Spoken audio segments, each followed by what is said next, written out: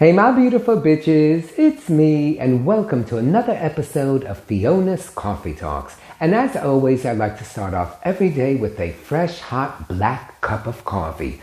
Hold the cream! I'd love to.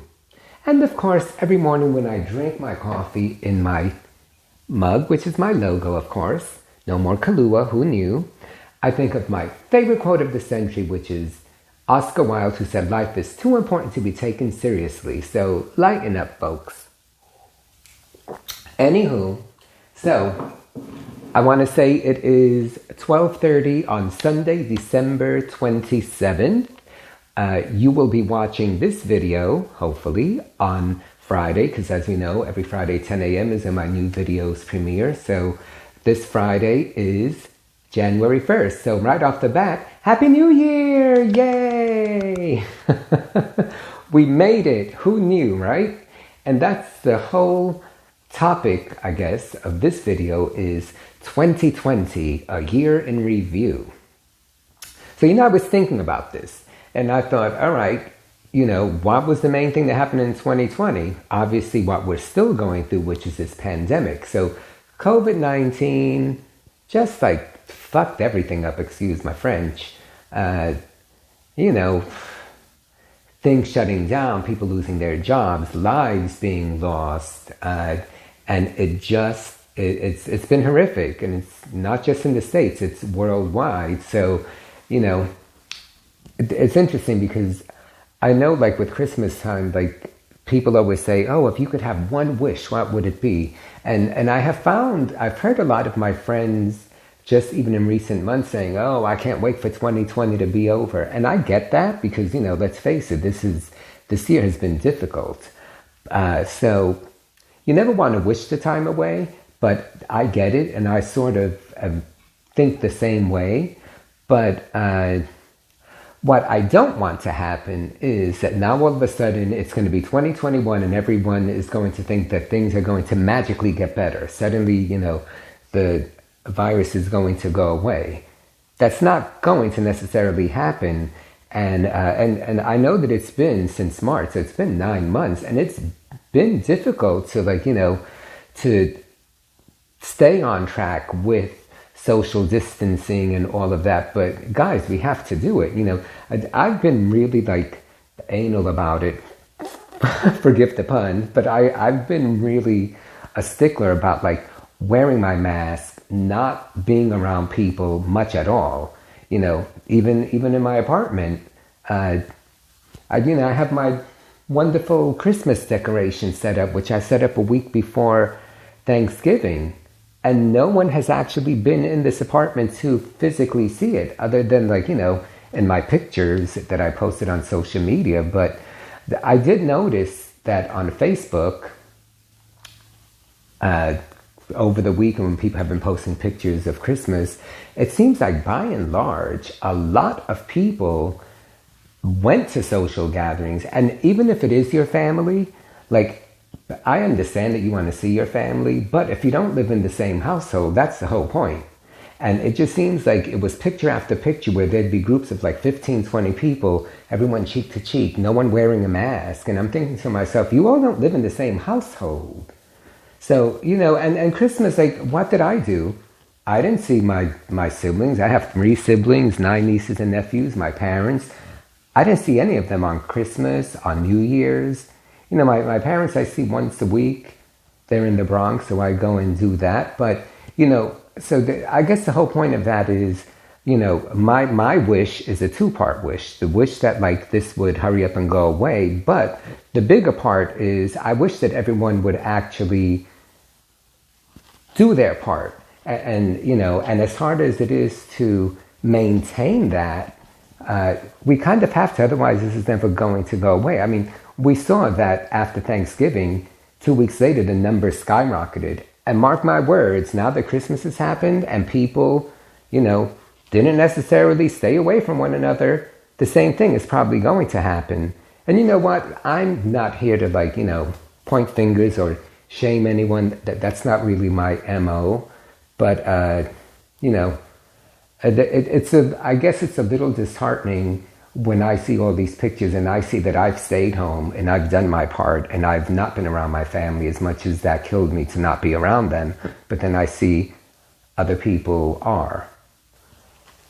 So anyway, but that's all I'm going to say about that. So my personal year in review, I was thinking about this and I said, well, what did I take out of 2020? And I always try to like put a positive spin on things. So the first thing I learned about myself was motivation. When this first started in March, I was so disciplined and so like regimented with like working out every day and like eating healthy and like, you know, staying at home. And I think I rode the subway once a month the first 4 months. And I was like not around anyone. And I remember I said in some of my videos, I said, I'm seizing this opportunity to like, you know, make the best of it and reinvent myself and, you know, be the best that I can be. And I did that. The problem is that I think in my mind, I was thinking that it would be over sooner than later. So like that intensity that I had of keeping motivated was good, I say, till about the summer. But then it was like, then summer was here and then it was like, oh, wait, shit is still the same, you know, and then, you know, slowly but surely things started opening up. And I remember even like when gyms opened up in New York, which was in September, then all of a sudden, like I wasn't working out every day because then I was like, oh, you know, I could go to the gym. But then I was still in like my own worst catch-22 because I still wasn't all that comfortable like going into town the way I used to, which is pretty much on a daily basis. So then I was only going to the gym like once or twice a week, but then I sort of like stopped doing what I was doing here. And then it occurred to me that, wow, you know, I think this is all like has gotten to me. So, you know, I hate to throw the term around like, oh, you know, I hear people say, oh, you know, I was so upset, you know, I got depressed. Because there are people that actually deal with depression, you know, and I don't necessarily think that I do. But I have to say that this year, more so than ever, there have been moments where, like, you know, I've always kind of felt like maybe my toe was close to that line of, you know, here's depression, here you are, here you're not. And I've always, my whole life, kind of felt like I've had moments where I'm close to that line. But I've always been really optimistic and good about not letting myself go there. That was a little harder this year. So, like, you know, after those initial 5 months where I was so, like, you know, positive and upbeat and optimistic, then suddenly that kind of went away. So with that zapped my motivation. So the fall has not been easy by any means. It hasn't been easy for any of us, I don't think. But, you know, for me in particular, because I started off so strongly, then all of a sudden for me to go from here to suddenly I was here, I was like, oh, fuck, this really kind of sucks. You know, the good news about that is, I don't know what happened, but like in the last couple of weeks actually, my mind has started thinking differently. And I almost kind of feel like I've come full circle, just in terms of that, in terms of my motivation level and feeling like, okay, I got this under control and, you know, I can handle this. And, you know, maybe because I know like the vaccine is like, you know, now available and people are starting to get vaccinated. Maybe that might be some underlying thing. But above and beyond that, I think just for myself, you know, a lot of times we all do things happen that kind of make you come full circle. So I kind of feel like this is my full circle moment. And so the key thing that I took out of that is, it's okay if I'm like motivated, and then suddenly, you know, there's a time where I'm not. I think that's human nature. I think that's part of me evolving as the individual that I am. And, you know, sometimes they're not going to be as easy as other times, you know, so long as like the better times outweigh that, then that's a good thing. So I think that was the main thing that I took out of it. And that, you know, even if I end up at a point where suddenly I'm not as motivated or as optimistic, I have faith in myself to know that I will get back there. You know, this time it took a few months. Hopefully next time it won't take as long. So that was the main takeaway for me. The other two things were number two, my YouTube channel. So I've had this only for about a year. So I started doing these videos last December. And the first few months it was great because I was out there and initially I was doing like 3 videos a week, which was a lot. I mean, this is, I think, my 98th video in 1 year's time. That's, I mean, if I can pat myself on the back, I've been really like driven with this.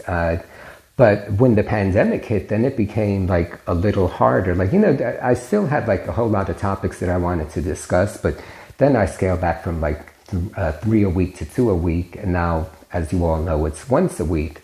But what I'm used to doing with this channel is I will shoot like, I'll get like 6, 7 ideas like in a pop. And then suddenly I'm like, I'm going to shoot them all. And then it takes about 2 hours from beginning to end for each video, whether they're 10 minutes, 15 or whatever, just the editing, the filming, the playing it back, thumbnails, any and everything that goes along with it. Anyone who's watching this who has a YouTube channel, if you are a one-man show the way I am, you can relate that one of these videos entails a lot of your time. With me, it's roughly about 2 hours. So, but what I realized just recently, when I've had this epiphany the last couple of weeks, is that not that there's anything wrong with how I've been doing it, but I think from moving forward, what I'm going to do is, as I come up with an idea, I always write it in my phone, my Samsung notes, but then usually because I get a cluster of them, I tend to shoot them all. Now what I'm going to do is just keep jotting them down, but just shoot 1 video a week. So instead of shooting 7 and then saying, like the last time, I think the date was November 19th was the last time I shot, but I shot 7 videos. So the problem with that is when you shoot that far in advance, because life is so evolving and ever-changing, as am I, especially these days, then by the time a video goes to premiere, sometimes some of the things that I've said, maybe my opinion has changed or certain factors have come into play, and then suddenly it's not as fresh, I guess, for lack of a better term. So it makes more sense for me now, and through trial and error, not even error, because I think it's been fine how I've been doing it all along, but from moving forward, I know what I'm going to do is every Sunday, shoot the video that I know will air that Friday. And then that way it's within the same week, and then the topic is fresh in my mind, and then what I'm actually saying is what I'm feeling, and then that's what you guys will hear. Excuse me. So I learned that. So I'm curious, guys out there who have a YouTube channel, how do you guys do it? Like, do you shoot a cluster of videos and schedule them, which is a great way of doing it because then you don't have to worry about filming, or do you shoot like 1 video a week and then that way that's what's going to air?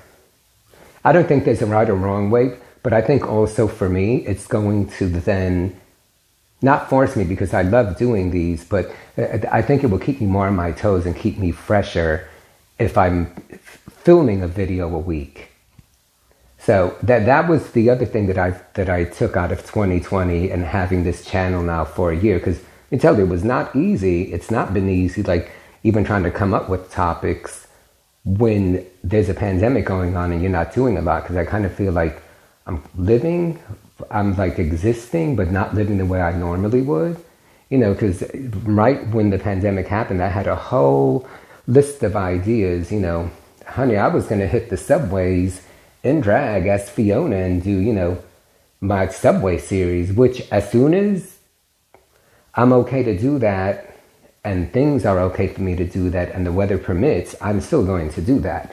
But I was like, damn, I wanted to do that before. So it's okay. So that was the other thing I took away. And then last but not least, if you've seen videos that I've spoken about doing online content work, let's keep it real, hon. You all know that I have my fun and that I always say I'm a hoe. There's a truth to that. So like the whole online content world, which is like selling provocative videos or images just for fans, only fans, when the pandemic first hit, because I wasn't seeing clients anymore, I kind of felt like, let me try this. And it was something that's so not my comfort level and something that's so not me because I'm much more in person. But I'm proud of myself that I made myself do it. And I put myself on like 8 different platforms. And I've done a couple of videos about this. And in the second video, which was a few months back, early fall, actually right around the time that I like lost my motivation, I sort of like thought, I was kind of over it. And so I took myself off of 4 of the 8. And then the 4 that I'm still on, I've not really been doing much with them. Because, you have to keep up with it and you have to be on social media all the time and try to get followers and subscribers. And I was just like, you know what, bitch, I don't got time for all this shit. But in the last couple of weeks, that suddenly I've seen the light and I've had this epiphany. I realized, you know what, it wasn't that I didn't like it. I think I was just like not in the best frame of mind. And I think that it affected how I felt about it. So now, to clarify that, I'm not saying that I love it and that I'm going to like go into it 100% full time. Like you really have to be on it. Like people that I know that are hugely successful at this, like live it 24/7. I won't. I can't. I have other shit going on. It's not that important, but it is actually a lot of fun. And it's another outlet for me to be creative because, even believe it or not, like doing provocative things to a camera, alone, you got to think outside of the box. And even me just, coming up with the videos that I did and the photo shoots that I've had, it's me thinking, what can I think of? Because it's so not anything that I'm used to. So I'm proud of myself that I did it. But then I was also kind of happy that I stepped away from it. And now, honestly, like in the last week or two, I've been doing a little more with it. And I just even did a shoot yesterday. And actually, when I'm done with this video, honey, I'm going to take a cute little rug and do a little photo shoot in front of my winter wonderland with all of my cute little nutcrackers. And I have a thing about men in uniform, so maybe I'll be like fantasizing. Anyway, I digress, and that's probably too much information, but if you bitches know me, that's how I am. So, anywho, I'm proud of myself that I made myself think out of the box and do that. And I'm glad that I kind of have this newfound, I don't want to say love for it, but a newfound interest in exploring it again more, but exploring it in with a different mindset, because now I'm viewing it as fun.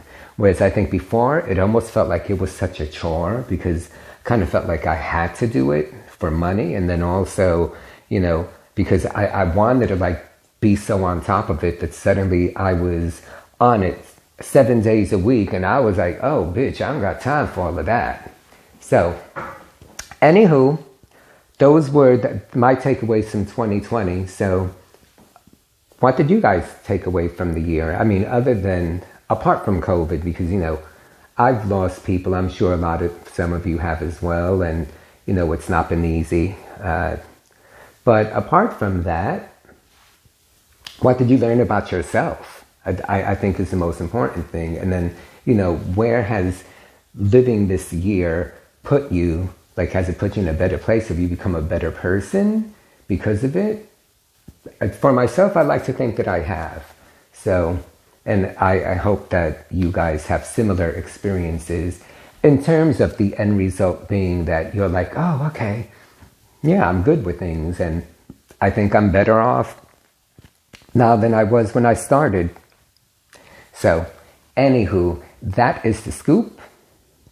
I'm so glad you guys are here. I know I've been going on and on. I don't even know how long it's been. But what I'm going to do is I'm going to walk towards the phone, pick it up, because I want you guys to do a quick little glimpse of my Christmas decor. Like, you can see my little tree behind me and my little console with my nutcrackers. So, here, let's see. I'm going to stay close to the camera. Hopefully this fucking phone won't fall. So then here's my wine rack. Here, let me get up. Sorry, this is sort of just like improvised. There go more nutcrackers because, me and my nutcrackers. Then I have this cute little thing here. And then this cute little thing here. Sorry if you're getting seasick. Bitch is like, I need a Dramamine. I don't know how much you could see that. But anywho, let me put this back. You know what I could have done was done it as a separate video and then just spliced it. But so much for that. Alright guys, so let me get back in the frame as I get tangled up in my cord. So that is the scoop. I wish everyone a safe and healthy and happy new year and a wonderful 2021. We got this, guys. Everything's going to be great. We're all going to be good. Better things are in the future and the best is yet to come. Alrighty. Love you guys. Signing off.